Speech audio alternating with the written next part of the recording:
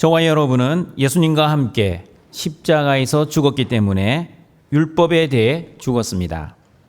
율법에 대해 죽었기 때문에 옛 남편인 율법으로부터 자유하게 되었고 율법으로부터 해방되어 이제는 새 남편인 예수 그리스도와 함께 결혼 생활을 시작하게 되었습니다. 새 남편인 예수 그리스도와 함께 올바른 결혼 생활을 하기 위해서는 첫 번째, 나를 위한 열매가 아니라 하나님을 위한 열매를 맺어야 합니다. 옛 남편인 율법과 결혼 생활을 하면 내가 주인 되어 나의 뜻과 나의 정력과 나의 영광을 위해 살다가 결국 사망의 열매를 맺게 될 것입니다. 그러나 새 남편인 예수 그리스도와 결혼 생활을 하게 되면 하나님의 뜻과 하나님의 거룩, 하나님의 영광을 위해 살다가 결국 하나님을 위한 열매를 풍성히 맺을 것입니다. 그리고 새 남편인 예수 그리스도와 함께 올바른 결혼 생활을 하기 위해서는 두 번째, 성령의 능력으로 결혼 생활을 해야 하고 하나님을 섬겨야 합니다. 신앙생활은 내 힘과 내 능력, 내 열심과 내 결심으로 하는 것이 아니라 하나님이 주시는 믿음과 은혜, 성령님이 주시는 힘과 능력으로 하나님을 사랑하고 사람을 사랑해야 합니다. 신앙생활, 나를 위해 내가 사는 생활이 아니라 하나님을 위해 내가 죽는 생활입니다. 예수 그리스도를 남편으로 모시고 자기를 부인하고 자기 십자가를 지면서 좁은 문으로 들어가 하나님을 위한 열매와 성령의 열매를 풍성히 맺으며 살아가시는 모든 등촌의 가족들이 되시기를 바랍니다. 오늘은 율법이 어떤 역할을 하는지 율법의 기능이라는 제목으로 하나님의 말씀을 듣고자 합니다. 로마서 7장 7절입니다. 같이 읽어보겠습니다. 그런즉 우리가 무슨 말을 하리요? 율법이 죄냐? 그럴 수 없느니라. 여러분, 로마서 7장에서 율법에 대해 어떻게 말씀하고 있습니까? 여러분은 율법에 대해 어떤 이미지를 가지고 있습니까? 저와 여러분은 새 남편인 예수 그리스도 안에서 옛 남편인 율법에서 자유롭게 되었습니다. 로마서 7장 5절에서는 율법으로 말미암아 죄의 종력이 우리 지체 중에 역사하여 사망의 열매를 맺는다고 말씀합니다. 그러므로 사람들은 율법에 대해 이렇게 생각할 수 있습니다. 율법은 나쁜 거야. 율법은 악한 거야. 로마서 7장 7절에서도 율법이 죄냐고 물어봅니다. 하나님의 답은 무엇입니까? 그럴 수 없느니라입니다. 율법은 나쁜 것도 아니고 악한 것도 아니고 죄도 아닙니다. 그러면 율법은 무엇입니까? 율법이 무엇인지 로마서 7장 12절을 읽어보겠습니다. 이로 보건대 율법은 거룩하고 계명도 거룩하고 의로우며 선하도다. 율법 자체는 악하거나 나쁜 것이 아니라 거룩하고 의롭고 선한 것입니다. 왜 율법이 거룩하고 의롭고 선합니까? 여러분, 율법을 누가 주셨습니까? 마귀가 율법을 주었습니까? 아니면 하나님이 율법을 주셨습니까? 율법은 하나님이 주셨습니다. 그러므로 하나님이 주신 율법은 거룩하고 선하고 의롭습니다. 하나님이 주신 율법이 거룩하고 의롭고 선한 이유가 무엇인지 로마서 7장 7절 말씀을 다시 읽어보겠습니다. 그런즉 우리가 무슨 말을 하리요? 율법이 죄냐? 그럴 수 없느니라. 율법으로 말미암지 않고는 내가 죄를 알지 못하였으니 곧 율법이 탐내지 말라 하지 아니하였더라면 내가 탐심을 알지 못하였으리라. 거룩하고 의롭고 선한 율법의 기능 첫 번째는 율법으로 죄를 깨닫게 됩니다. 로마서 3장 20절에서도 율법으로는 죄를 깨닫게 되고 로마서 5장 13절에서는 율법이 없었을 때에는 죄를 죄로 여기지 않았다고 말씀합니다. 맞습니다, 여러분. 죄성을 가진 저와 여러분은 율법을 온전히 지킬 능력이 없습니다. 하나님은 율법을 지키라고 주신 것이 아니라 죄성을 가진 죄인들은 율법을 지킬 수 없고 율법을 통해 죄를 깨달으라고 주셨습니다. 하나님은 율법을 통해 죄를 깨달을 수 있다는 예로 탐심을 말씀하고 있습니다. 여러분, 탐심은 하나님이 나에게 주신 것에 대해 만족하지 못하는 마음입니다. 하나님이 주신 것에 만족하지 못할 뿐 아니라 자신의 욕심대로 살고자 하는 마음입니다. 자기 욕심대로 살면 어떻게 됩니까? 어떻게 되는지 야고보서 1장 15절은 이렇게 말씀합니다. 같이 읽어봅니다. 욕심이 잉태한즉 죄를 낳고 죄가 장성한즉 사망을 낳느니라. 욕심이 잉태하면 죄를 낳습니다. 어떤 죄를 낳습니까? 욕심은 하나님이 나에게 주신 것에 감사하지 않는 마음입니다. 하나님은 내 마음에 들지 않는 것을 주실 때도 있습니다. 하나님이 내 뜻대로 무언가를 주시지 않으면 반드시 하나님께 원망하고 불평을 할 것입니다. 그리고 하나님이 내가 원하는 것을 나에게는 주시지 않고 다른 사람에게 주셨다면 다른 사람을 시기하고 질투할 것입니다.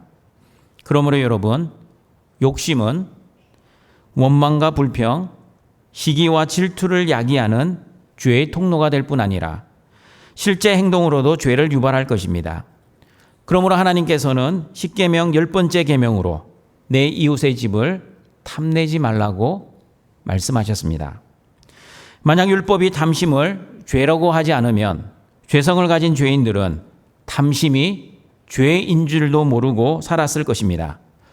왜냐하면 죄성을 가진 모든 죄인들은 자기가 주인 되어 자신의 욕심과 자신의 본능과 자신의 뜻대로 사는 것이 너무나 자연스러운 삶이기 때문입니다. 목사님, 자신의 욕심과 자신의 본능과 자신의 뜻대로 사는 것이 왜 죄입니까? 이런 질문을 하는 사람들은 성경적 죄의 정의를 아직까지 알지 못하기 때문입니다. 성경에서 말씀하는 죄는 무엇입니까? 성경에서 말씀하는 죄가 무엇인지 창세기 3장 5절 말씀을 같이 읽어보겠습니다. 너희가 그것을 먹는 날에는 너희 눈이 밝아져 하나님과 같이 되어 선악을 알 줄 하나님이 아심이니라. 죄의 본질은 내가 하나님이 되어, 다시 말하면 내가 주인 되어 선과 악을 내가 판단하는 것입니다. 내가 주인 되어 내 뜻과 내 본성과 내 영광을 위해 살아가는 것이 죄의 뿌리입니다. 여러분, 오해하지 마십시오. 사회적 규범과 윤리에 어긋나는 행동이 성경에서는 죄가 아닙니다. 성경에서는 도덕적 윤리적 개념으로 죄를 말씀하시지 않습니다. 성경에서는 하나님을 하나님으로 여기지 않고 내가 하나님처럼 사는 것이 죄입니다. 내가 주인 되어 내 뜻과 내 욕심과 내 영광을 위해 사는 것이 죄입니다. 내가 주인 되어 살면 하나님이 주신 것임에도 불구하고 자기 마음에 들지 않으면 감사하지 않고 자기 뜻대로 욕심을 부리게 될 것입니다. 나 중심의 탐욕을 부리게 될 것입니다. 그러나 예수님은 누가복음 12장 15절 16절에서 이렇게 말씀하셨습니다. 같이 읽어보겠습니다. 그들에게 이르시되 삼가 모든 탐심을 물리치라. 사람의 생명이 그 소유에 넉넉한 데 있지 아니하니라 하시고, 또 비유로 그들에게 말하여 이르시되 한 부자가 그 밭에 소출이 풍성하매. 탐심으로 자신의 소유를 넉넉하게 채울 수는 있습니다. 그러나 사람의 생명은 탐심으로 채울 수 없습니다. 예수님은 사람의 생명을 탐심과 소유로 채울 수 없다는 설명을 하시기 위해 한 부자 이야기를 하셨습니다. 한 부자가 열심히 일을 하여 밭의 소출이 풍성하였습니다. 부자는 심중에 생각했습니다. 내가 곡식을 쌓아둘 곡간이 부족하니 지금 곡간을 헐고 더 큰 곡간을 지어 내 모든 곡식과 물건을 거기 쌓아두어야지. 여러해 쓸 물건을 많이 쌓아두었으니 이제부터 평안하게 쉬고 먹고 마시고 즐기면서 살아야지. 부자의 생각을 하신 예수님은 누가복음 12장 20절 21절에서 이렇게 말씀하셨습니다. 같이 읽어봅니다. 하나님은 이르시되 어리석은 자여 오늘 밤에 내 영혼을 도로 찾으리니 그러면 내 준비한 것이 누구의 것이 되겠느냐 하셨으니 자기를 위하여 재물을 쌓아두고 하나님께 대하여 부요하지 못한 자가 이와 같으니라.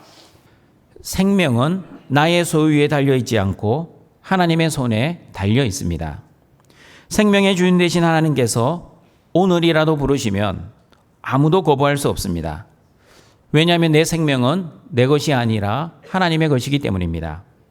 그러므로 등촌가족 여러분, 율법을 통해 여러분의 죄를 깨닫는 은혜가 있기를 바랍니다. 율법을 통해 내가 주인 되어 나를 위해 사는 것이 죄의 본질임을 깨닫는 은혜가 있기를 바랍니다. 나의 욕심과 나의 뜻과 나의 영광을 위해 사는 것이 죄의 뿌리임을 깨닫는 은혜가 있기를 바랍니다. 두 번째, 거룩하고 의롭고 선한 율법의 기능은 율법은 죄에게 이용당해 죄를 짓게 됩니다. 로마서 7장 8절입니다. 같이 읽어봅니다. 그러나 죄가 기회를 타서 계명으로 말미암아 내 속에서 온갖 탐심을 이루었나니 이는 율법이 없으면 죄가 죽은 것임이라. 로마서 7장 8절을 잘 이해하기 위해서는 이 질문의 답을 알면 쉽게 이해할 수 있습니다. 탐심은 율법 때문입니까? 아니면 죄 때문입니까?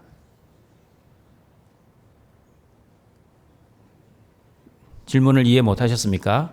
다시 질문 드립니다. 탐심은 율법 때문입니까? 아니면 죄 때문입니까? 죄 때문입니다. 로마서 7장 8절에서도 죄가 기회를 타서 계명으로 말미암아 내 속에 온갖 탐심을 이루었다고 말씀하고 있습니다. 죄가 기회를 타서 할 때 기회는 헬라어 아포르메입니다. 아포르메는 출발, 기원, 원인이라는 뜻도 있지만 작전 기지라는 뜻도 있습니다. 작전 기지는 군사적인 용어로 작전을 지휘하는 기지입니다. 그러므로 여러분, 죄가 율법을 이용하여 죄의 작전 기지로 사용합니다. 조금 전에 살펴본 것처럼 율법은 하나님이 주셨기 때문에 거룩하고 의롭고 선한 것입니다. 율법이 죄를 짓게 하는 것이 아니라 죄성을 가진 사람이 율법을 이용하여 여러 가지 죄를 짓고 있는 것입니다. 열왕기상 21장을 보시면 죄가 율법을 이용하여 탐심이라는 죄를 짓는 예를 찾을 수 있습니다. 북이스라엘 아합 왕의 왕궁과 가까이 이스라엘 사람 나봇의 포도원이 있었습니다. 어느 날 아합 왕은 나봇에게 포도원 값을 넉넉하게 쳐줄 테니 나에게 팔아라고 했습니다. 그러나 나봇은 아합 왕에게 내 조상들에게 물려받은 유산을 왕에게 팔지 않겠다고 대답했습니다. 나봇은 포도원을 팔기 싫어서가 아니라 하나님의 율법을 지키기 위해서 아합 왕에게 포도원을 팔지 않겠다고 한 것이었습니다. 레위기 25장 23절 말씀입니다. 같이 읽어봅니다. 토지를 영구히 팔지 말 것은 토지는 다 내 것임이니라. 너희는 거류민이요 동거하는 자로서 나와 함께 있느니라. 율법에 의하면 이스라엘 백성들은 하나님의 토지를 영구히 팔지 못하였습니다. 혹 어쩔 수 없는 경제적 상황으로 토지를 팔게 되더라도 희년이 되면 원래 주인에게 돌려주어야만 했습니다. 나봇은 레위기 25장 23절의 말씀을 지키기 위해 아합 왕에게 조상들에게 물려받은 포도원을 팔지 않겠다고 거절하였습니다. 아합 왕도 알고 있었습니다. 토지는 영구히 팔 수 없다는 것을 알고 있었습니다. 그러나 마음은 나봇의 포도원을 가지고 싶었습니다. 음식이 넘어가지 않을 정도로 근심하고 있는 모습을 본 아합 왕의 부인 이세벨은 나봇의 포도원을 빼앗을 계획을 세웠습니다. 이세벨의 그 계획도 역시 율법을 이용하는 것이었습니다. 율법에 의하면 하나님을 저주하는 자와 백성의 지도자를 저주하는 자는 돌로 쳐 죽일 수 있었습니다. 이세벨은 율법이 요구하는 두 사람의 증인을 세워 나봇이 하나님과 왕을 저주했다는 누명을 씌워 나봇과 그 아들들을 다 돌로 쳐 죽였습니다. 여러분, 이세벨이 남편의 탐심을 채워주기 위해 무엇을 이용했습니까? 하나님의 율법을 이용했습니다. 바알을 열심히 섬기는 이세벨이 남편의 욕심을 채워주기 위해서 여호와의 율법을 이용하여 나봇의 포도원을 빼앗고 말았습니다. 이세벨의 모습이 바로 로마서 7장 8절에서 말씀하는 죄가 기회를 타서 계명으로 말미암아 내 속에서 온갖 탐심을 이루는 모습입니다. 맞습니다, 여러분. 율법은 죄에게 이용을 당합니다. 율법은 재성을 가진 죄인들에게 이용을 당합니다. 율법을 잘못 이해한 사람들은 율법을 교묘하게 이용하여 자신의 이익과 자신의 욕심을 채우게 됩니다. 그러므로 율법이 문제가 아니라 율법을 온전히 이해하지 못하는 사람과 율법을 온전히 지킬 수 없는 죄성을 가진 사람이 문제입니다. 로마서 7장 8절 하반부에서도 율법이 없으면 죄가 죽은 것이라 말씀합니다. 율법이 없으면 죄가 죽었다는 말씀은 어떤 의미입니까? 로마서 5장 13절의 말씀처럼 율법이 없었을 때에는 죄를 죄로 여기지 않았다는 의미입니다. 죄를 죄로 규정해 주는 율법이 있어야 죄를 정확하게 알 수 있습니다. 그러나 죄를 죄로 규정해 주는 율법이 없으면 사람들이 죄를 지어도 죄를 죄로 여기지 않기 때문에 죄를 지어 놓고도 죄를 괴로워하거나 고민하지 않습니다. 죄의식도 없고 양심의 가책도 받지도 않습니다. 죄에 무감각해진 영적 상태가 바로 죄가 죽은 상태입니다. 아담의 아들 가인이 율법이 없어 죄가 죽었다는 말씀을 잘 설명해 주고 있습니다. 가인은 동생 아벨을 시기하고 질투하여 들에서 죽였습니다. 그러자 하나님은 가인에게 나타나셔서 내 아우 아벨이 어디 있느냐고 물어보셨습니다. 그러자 가인이 대답합니다. 내가 알지 못하나이다. 내가 내 아우를 지키는 자입니까? 가인의 이 모습이 바로 죄가 죽은 상태입니다. 자신의 동생을 죽여놓고도 자신의 죄를 알지 못합니다. 죄의식도 없고 양심의 가책도 없습니다. 너무나 뻔뻔하게 모든 것을 다 알고 계시는 하나님께 내가 내 아우를 지키는 자입니까? 왜 나에게 물어보십니까? 그러므로 율법이 없으면 여러분 죄가 반드시 죽게 됩니다. 그러나 율법이 있으면 죄가 반드시 살아납니다. 그러므로 죄를 짓고 나서 죄의 의식을 가지는 것, 양심의 가책을 가지는 것, 그리고 죄의 수치를 느끼는 것이 하나님의 은혜입니다. 그러므로 죄를 지을 때마다 하나님 앞에 나와 회개하며 용서의 은혜를 누리며 살아가시는 우리 등촌의 가족들이 되시기를 바랍니다. 그러나 죄를 지었음에도 불구하고 가인처럼 너무나 뻔뻔하게 양심의 가책이 없는 것, 죄의 의식이 없는 것, 그리고 죄의 수치를 느끼지 못하는 것은 하나님의 내버려 두심의 심판이라는 것을 기억하시는 등촌의 가족들이 되시기를 바랍니다. 그리고 율법을 이용하여 죄를 짓지 않는 등촌의 가족들이 되시기를 바랍니다. 이세벨처럼 율법을 이용해서라도 사람을 죽이고 자신의 욕심을 채우지 않는 여러분이 되시기를 바랍니다. 하나님이 주시지 않는 것에 대해 너무 욕심을 부리지 마시고 하나님이 나에게 주신 가장 좋은 것에 감사하고 기뻐하며 그리고 자족하며 살아가시는 등촌의 가족들이 되시기를 바랍니다.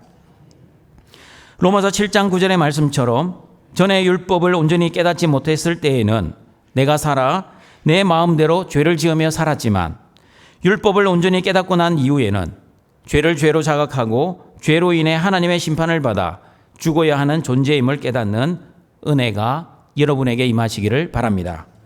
로마서 7장 9절입니다. 같이 읽어봅니다. 전에 율법을 깨닫지 못했을 때에는 내가 살았더니 계명이 이름에 죄는 살아나고 나는 죽었도다. 여러분도 알고 있듯이 바울이 사울이었을 때 율법을 깨닫지 못했을 때에는 예수님을 믿는 사람들을 죽였던 사람이었습니다. 다메섹 도상까지 쫓아가 성도들을 죽이려고 했던 사람이었습니다. 그러나 바울은 자기 스스로는 너무나 열심히 율법을 지키고 있다고 생각했습니다. 율법을 깨닫기 전 바울은 자신이 주인이 되어 율법을 제대로 깨닫지 못하고 하나님의 자녀들을 죽여도 죄의 의식을 가지지 않았던 내가 살아있던 사람이었습니다. 죄를 지었지만 양심의 가책도 없었고 죄를 죄로 여기지도 않았고 오히려 하나님의 율법을 잘 지키고 있다고 착각을 하고 살고 있었습니다. 그러나 하나님의 계명으로 자신의 죄를 깨닫기 시작하니 죄는 살아나고, 다시 말하면 내가 하는 이 행동들이 하나님 앞에서 죄라는 것을 자각하였습니다. 그리고 죄로 인해 하나님의 심판을 받아야 하는 죽을 죄인이라는 것을 깨달을 수 있었습니다. 그러므로 세 번째, 거룩하고 의롭고 선한 율법의 기능은 율법은 죄의 결과인 죽음을 알려줍니다. 로마서 7장 10절과 11절입니다. 같이 읽어보겠습니다. 이르게 할 그 계명이 내게 대하여 도리어 사망에 이르게 하는 것이 되었도다. 죄가 기회를 타서 계명으로 말미암아 나를 속이고 그것으로 나를 죽였는지라. 하나님께서 거룩하고 의롭고 선한 율법을 주신 목적은 율법을 온전히 지키면 복을 받고 의롭게 되고 구원을 받을 수 있다는 것을 알려주시기 위함이셨습니다. 레위기 18장 5절입니다. 같이 읽어봅니다. 는 내 규례와 법도를 지키라. 사람이 이를 행하면 그로 말미암아 살리라. 나는 여호와이니라. 여러분, 율법을 지키면 생명을 얻을 수 있었습니다. 율법을 지키면 생명을 얻을 수 있습니다라고 말하지 않고 율법을 지키면 생명을 얻을 수 있었다고 제가 조금 전에 말씀드렸습니다. 왜 단정지어서 현재형으로 말하지 않고 과거형으로 말했는지 그 이유를 아십니까? 사람의 힘과 능력으로는 모든 율법을 지켜서 복을 받고 의롭게 되고 생명의 구원을 얻을 수 없기 때문입니다. 하나님이 요구하시는 율법의 요구는 모든 율법입니다. 다시 말하면 100% 율법을 다 지켜야 됩니다. 사람의 힘과 능력으로는 어느 정도 율법을 지킬 수 있습니다. 그러나 죄성을 가진 죄인들은 모든 율법을 온전하게 지킬 수 없습니다. 야고보서 2장 10절의 말씀처럼 온 율법을 지키다가 하나만 어겨도 모든 율법을 어긴 자와 같기 때문입니다. 그러므로 율법은 선하기에 율법이 나를 사망으로 인도하는 것이 아니라 율법을 온전히 지킬 수 없는 사람들의 죄가 사망에 이르게 했다고 로마서 7장 13절에서 말씀합니다. 같이 읽어보겠습니다. 그런즉 선한 것이 내게 사망이 되었느냐? 그럴 수 없느니라. 오직 죄가 죄로 드러나기 위하여 선한 그것으로 말미암아 나를 죽게 만들었으니 이는 계명으로 말미암아 죄로 심히 죄되게 하려 함이라. 조금 전에 말씀드린 것처럼 율법이 문제가 아니라 죄성을 가진 사람이 문제입니다. 모든 율법을 지킬 수 없는 사람이 문제입니다. 죄는 기회를 타서, 다시 말하면 죄는 율법을 이용해서라도 죄의 작전 기지가 되어 저와 여러분을 속이고 유혹할 것입니다. 뱀으로 가장한 사탄이 아담과 하와에게 죄를 유혹하고 미혹했던 것처럼 말입니다. 하나님께서는 아담에게 선악을 알게 하는 나무의 열매는 먹지 말라. 너가 먹는 날에는 반드시 죽으리라고 말씀하셨습니다. 그러나 뱀은 하와에게 다가와 너희들이 선악을 알게 하는 열매를 먹어도 절대 죽지 않아. 너희가 그것을 먹으면 너희들이 하나님처럼 되어 하나님같이 선과 악을 판단할 수 있게 되니 하나님이 두려워서 너희들 보고 먹지 말라고 하신 거야. 뱀의 유혹을 받을 때 여러분, 아담과 하와는 어떻게 했어야 합니까? 특별히 하나님의 말씀을 들었던 아담은 어떻게 했어야 합니까? 사탄아, 물러가라. 어디서 하나님의 말씀을 이용하여 나를 유혹하느냐? 나는 너의 말을 듣지 않고 하나님의 말씀대로 살아갈 것이니 썩 물러가라 라고 말하지 않았습니다. 오히려 뱀의 유혹에 넘어가 선악을 알게 하는 나무의 열매를 보니 오늘따라 너무나 먹음직스럽고 보암직하고 지혜롭게 할 만큼 탐스럽게 보였습니다. 그리고 하와가 먼저 열매를 따서 먹고 그 옆에 있는 아담에게도 주었습니다. 여러분, 우리 성도들이 오해하는 것이 있습니다. 주일학교를 잘못 나오셔가지고 이 성경 말씀을 가끔씩 오해를 합니다.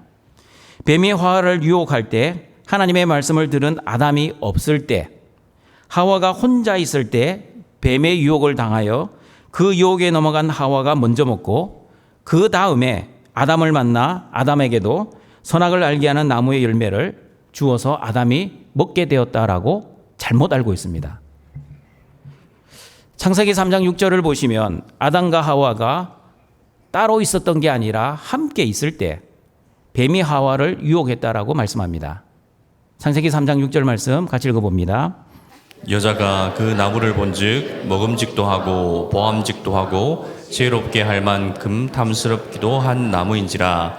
여자가 그 열매를 따먹고 자기와 함께 있는 남편에게도 주매 그도 먹은지라. 뱀이 유혹할 때 하와 옆에 있었던 아담, 하나님의 말씀을 직접 들었던 아담은 하나님의 말씀으로 사탄의 유혹을 단호하게 물리쳤어야만 했습니다. 그러나 아담은 뱀의 유혹, 이거 먹으면 하나님처럼 된다는 유혹에 하와와 함께 넘어가고 말았습니다. 내 인생의 주인은 나지 하나님이 아니잖아. 얘가 언제까지 하나님 밑에서 하나님의 종으로 살아야 되지? 나도 이제 하나님처럼 되어 내 마음대로, 내 뜻대로 내 인생을 한번 멋지게 살아야지. 등촌가족 여러분, 내가 주인 되어 내 마음대로, 내 욕심대로, 내 뜻대로 사는 것은 멋진 인생이 아니라 죽는 인생입니다. 나 중심으로 내 영광을 위해 사는 것은 복된 인생이 아니라 하나님의 심판을 받는 인생입니다. 아담과 하와를 유혹했던 뱀의 유혹은 오늘날 저와 여러분에게도 동일하게 있습니다. 내 인생의 주인은 나지 왜 예수님이 내 인생의 주인이야? 한 번밖에 없는 인생인데 내 뜻대로 잘 살아야지. 왜 하나님의 뜻대로 살아야 해? 내 성공, 내 행복을 위해 열심히 사는 것이 무엇이 잘못이야? 맞습니다, 여러분. 자기가 주인 되어 자기 뜻대로 자기 성공과 행복을 위해 사는 것은 모든 인간의 본능입니다. 그러나 성경은 그 인간의 본능이 바로 죄라고 말씀합니다. 저와 여러분은 인간의 본능대로 사는 사람들이 아니라 하나님의 말씀대로 살아야 하는 하나님의 자녀들입니다. 저와 여러분은 나의 행복을 위해 사는 사람들이 아니라 하나님의 거룩을 위해 살아야 하는 거룩한 성도입니다. 그리고 저와 여러분은 나의 영광을 위해 사는 사람들이 아니라 하나님의 영광을 위해 살아야 하는 하나님의 백성입니다. 그러므로 고린도후서 11장 3절에서 저와 여러분에게 하나님은 이렇게 말씀하십니다. 아니, 경고하십니다. 같이 한번 읽어보겠습니다. 뱀이 그 간계로 하와를 미혹한 것 같이 너희 마음이 그리스도를 향하는 진실함과 깨끗함에서 떠나 부패할까 두려워하노라. 뱀이 하와에게 너가 너의 인생의 주인이 되어라고 미혹한 것 같이 사탄은 지금도 저와 여러분의 마음이 그리스도를 향하는 진실함과 깨끗함에서 떠나 부패한 사람이 되도록 미혹하고 있습니다.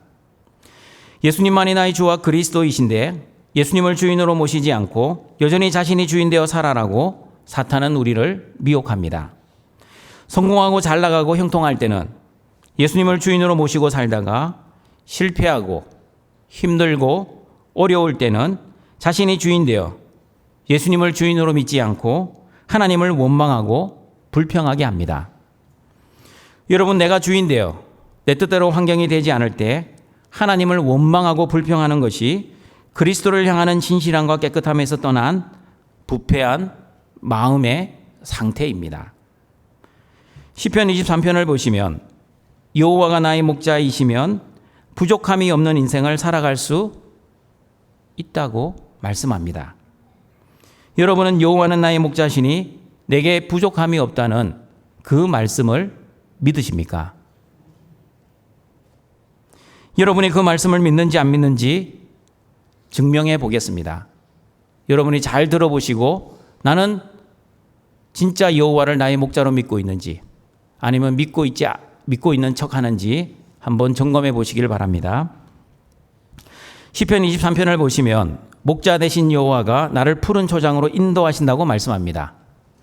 푸른 초장은 여러분 누구나 좋아합니다. 싫어하는 사람 아무도 없습니다. 그리고 목자 되신 여호와는 때로는 나를 사망의 음침한 골짜기로도 인도하시기도 합니다. 사탄이 나를 사망의 음침한 골짜기로 인도하는 것이 아니라 전능하신 여호와 하나님, 나의 목자 되신 하나님이 나를 사망의 음침한 골짜기로 인도하십니다. 그러면 여러분은 사망의 음침한 골짜기를 어떻게 생각하십니까? 기뻐하고 감사하십니까? 아니면 싫어하십니까? 여호와가 나의 목자라는 믿음이 있는 사람은 푸른 초장이나 사망의 음침한 골짜기라도 감사하고 기뻐합니다. 왜냐하면 나의 목자 되신 여호와가 주신 가장 좋은 것이라는 믿음이 있기 때문입니다. 푸른 초장도 하나님이 나에게 주신 가장 좋은 것, 사망의 음침한 골짜기도 하나님이 나에게 주신 가장 좋은 것을 믿는 믿음이 있습니다. 목자 되신 하나님을 주인으로 믿기에 주인이 주시는 모든 것이 감사할 뿐입니다. 그러나 여호와가 나의 목자라는 믿음이 없는 사람은 푸른 초장은 좋아하지만 사망의 음침한 골짜기는 싫어합니다. 왜냐하면 여전히 내가 주인되어 내가 원하는 것을 주시면 좋아하고 내가 싫어하는 것을 받으면 원망하고 불평하기 때문입니다. 하나님이 주인이 아니라 여전히 내가 주인되어 살아가기에 하나님이 주신 가장 좋은 것도 내가 판단하여 내가 좋으면 감사하고 내가 좋지 않으면 싫어할 것입니다. 등촌가족 여러분, 여러분은 예수님을 주와 그리스도로 믿습니까? 예수님을 믿는다면 하나님이 여러분에게 주신 것에 대해 감사하고 기뻐하고 자족하며 살아가시길 바랍니다. 비록 내가 원하지 않는 고난의 현실이라도 하나님이 나에게 주신 가장 좋은 것으로 믿고 인내하며 하나님의 뜻을 발견하시는 은혜가 있기를 바랍니다. 그러므로 등촌가족 여러분, 사탄의 유혹을 이겨내기 위해서는 하나님의 말씀에 대한 믿음이 있어야 합니다. 하나님 말씀을 온전히 믿지 않으면 현실의 상황에 따라 우리의 믿음도 왔다 갔다 할 것입니다. 여러분의 현실의 상황에 관계없이 항상 하나님의 말씀을 믿는 믿음으로 여러분의 환경을 초월하며 이겨내고 승리하시는 우리 등촌의 가족들이 되시길 바랍니다. 재성을 가진 저와 여러분은 죄를 짓고 살아갑니다. 구원받아 하나님의 자녀가 되었음에도 불구하고 여전히 죄의 본능이 남아있기 때문에 죽을 때까지 죄를 짓다가 죽을 것입니다. 그러나 율법에 의해, 하나님이 주신 율법에 의해 저와 여러분은 무슨 죄를 짓고 있는지를 알게 될 것입니다. 무슨 죄를 지었든지 하나의 죄만 지어도 저와 여러분은 하나님의 심판을 피해갈 수 없습니다. 죄의 삭은 사망입니다. 죄의 결과는 죽음입니다. 당연히 죽어야만 하는 저와 여러분을 위해 하나님은 예수 그리스도의 십자가를 통해 구원을 계획하셨고, 예수님은 십자가에서 구원을 실행하셨고, 성령님은 예수님을 나의 주와 그리스도로 믿을 수 있는 믿음의 선물을 주시어 구원을 확증해 주셨습니다. 그러므로 율법의 행위로는 어느 누구도 구원을 받을 수 없습니다. 하나님의 은혜로 예수님을 나의 주와 그리스도로 믿는 믿음으로만 구원을 받을 수 있습니다. 사망이 쏘는 것은 죄요, 죄의 권능은 율법입니다. 그러나 생명이 쏘는 것은 하나님의 은혜요, 하나님의 은혜는 믿음입니다. 그러므로 저와 여러분에게 구원을 베풀어 주시는 예수 그리스도의 십자가 복음에 늘 감사하시고 기뻐하시고 즐거워하시는 모든 등촌의 가족들이 되시기를 바랍니다.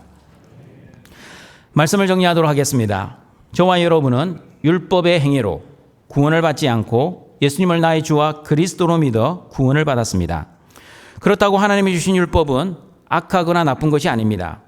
하나님이 주신 율법은 거룩하고 의롭고 선합니다. 거룩하고 의롭고 선한 율법의 첫 번째 기능은 율법으로 죄를 깨닫게 됩니다. 하나님이 율법을 주신 목적은 율법을 지키라고 주신 것이 아니라 죄를 깨달으라고 주셨습니다. 그러므로 율법을 통해 자신이 무슨 죄를 짓고 있나 살펴보는 은혜가 있기를 바랍니다. 두 번째, 거룩하고 의롭고 선한 율법의 기능은 율법은 죄에게 이용당해 죄를 짓게 됩니다. 율법이 죄를 짓는 것이 아니라 죄성을 가진 죄인들이 율법을 이용하여 여러 가지 죄를 짓습니다. 죄가 율법을 이용하여 죄의 작전 기지로 사용합니다.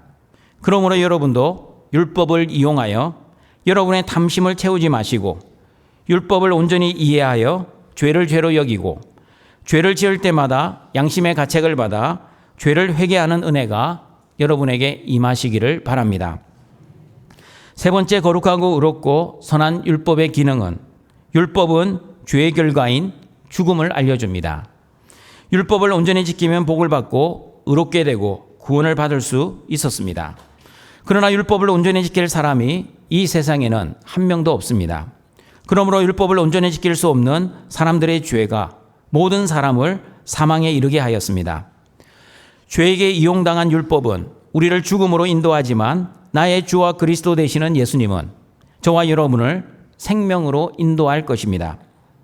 그러므로 예수님을 믿는 믿음으로, 하나님의 말씀을 믿는 믿음으로 하나님이 나에게 주신 가장 좋은 것을 누리며 감사하며 기뻐하며 자족하며 하나님의 말씀을 순종하시는 모든 등촌의 가족들이 되시길 주님의 이름으로 축원합니다. 사랑과 자비가 풍성하신 하나님 아버지, 오늘도 예수 그리스도의 십자가 복음으로 구원받은 하나님의 자녀들이 영과 진리의 예배를 드리오니 우리의 예배를 기뻐 받아주시고 한량없는 하나님의 은혜와 복을 우리에게 내려 주시옵소서. 모든 등촌의 성도들이 하나님이 율법을 주신 목적을 잘 깨달아 거룩하고 의롭고 선한 율법을 통해 자신의 죄를 깨닫게 하시고 깨달은 죄를 하나님 앞에 가지고 나와 회개의 용서를 구하게 하시고 하나님의 선한 율법을 이용하여 나의 뜻과 나의 욕심을 채우지 않도록 은혜를 내려 주시옵소서. 그리고 죄의 결과는 죽음이지만 하나님이 크신 사랑으로 죄를 지은 죄인들을 죽음으로 인도하시지 않고 예수 그리스도 안에서 생명으로 인도해 주신 하나님의 크신 은혜를 감사하며 기뻐하며 즐거워하며 자족하며 살아가는 우리 모든 등촌의 가족들 되게 하여 주시옵소서. 예수님의 이름으로 기도드립니다. 아멘.